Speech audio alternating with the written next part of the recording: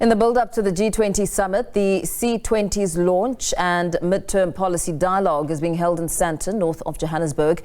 The C20 aims to influence global policy, amplify the voices of civil society, and ensure that people and the planet remain at the heart of the G20's agenda. C20 chairperson Thulani Tshefuta joins us for more. Thulani, a very good evening to you.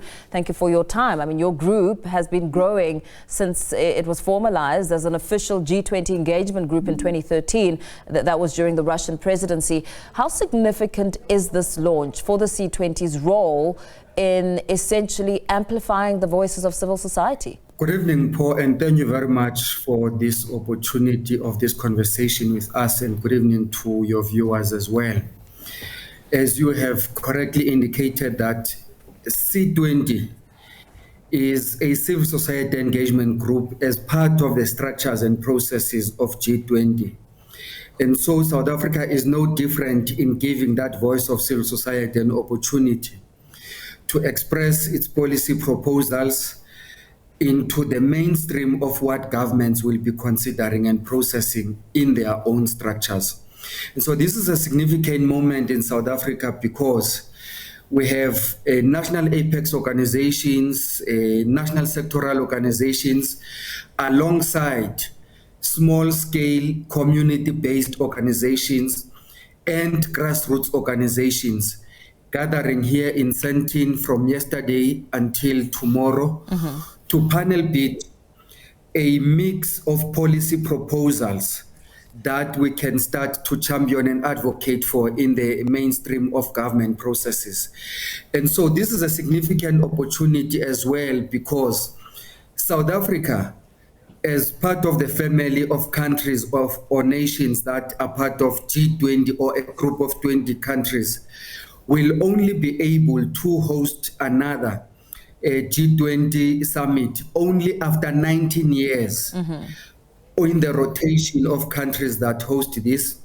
And of greater significance is that South Africa is the only African country that is a full member of the G20. Although there is a development now where the African Union has been adopted as one of the economic blocs into the G20.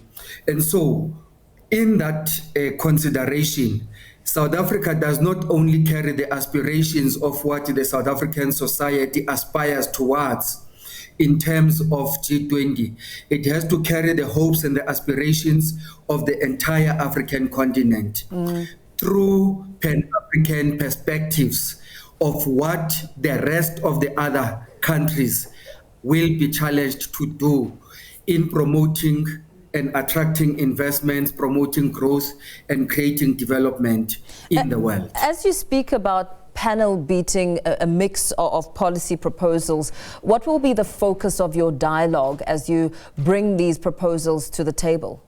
Well, there are 14 working groups that have been established by government. And as the Civil Society Engagement Group, we took a conscious decision that we're going to establish 14 working groups that mirror those of government, particularly because we don't want any of our policy advocacy issues that will fall through the cracks in terms of what government will be processing. What will be the difference between our working groups and those of government will be the content of what defines the work that will be done in that working group. Let me make an example that there may be a theme that government has adopted on solidarity, equality, and sustainability.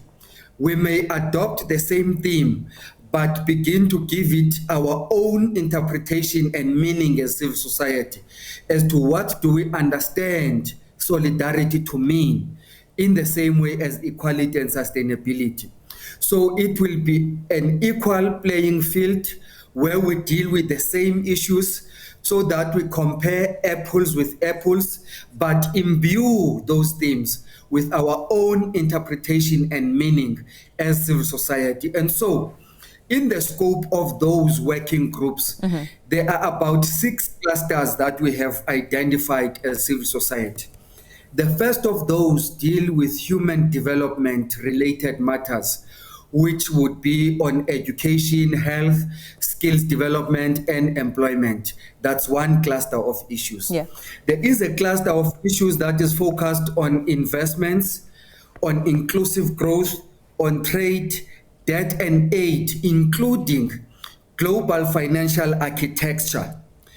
The third cluster of issues is focused on just transitions, not just the energy transition. Thulani, if you'll allow me just for a split second there, as you talk about, having these side-by-side topics, how are you going to ensure that as you bring your voice, as you push for a roadmap for civil society participation in the policy and decision-making processes, that, it's more than just a talk shop, and that you are essentially bringing something to the table, an angle that is effective, that will have impact? So in this policy dialogue that we're having now, as we are gathered in Sandton, all our 14 working groups actually convened their meetings here on the floor of the dialogue. They have already identified the high-level strategic issues that each working group is going to advocate for. And the work of the working groups is then going to culminate into the production or the development of what we call a policy brief. Let's say the working group on employment will produce its own policy brief, which will entail our diagnosis of the situation in as far as employment is concerned, but equally submitting proposals of what must be done. And in the example of the employment working group, I can already tell you that the mood of the dialogue is to the extent that one of the major legacy outcomes of G20 South Africa must be a dedicated focus on addressing the plight of young people on the labor market and the economy, in as far as addressing the plight of the needs, those young people who are not in employment, not in education, not in training, including the phenomenon of unemployed graduates. And therefore, there must be a big focus on leveraging every possible opportunity to create youth employment. So that is one of the big ticket issues on the employment working group. So then those policy briefs from the working groups will be consolidated into what we call in the G20 terms a policy pack.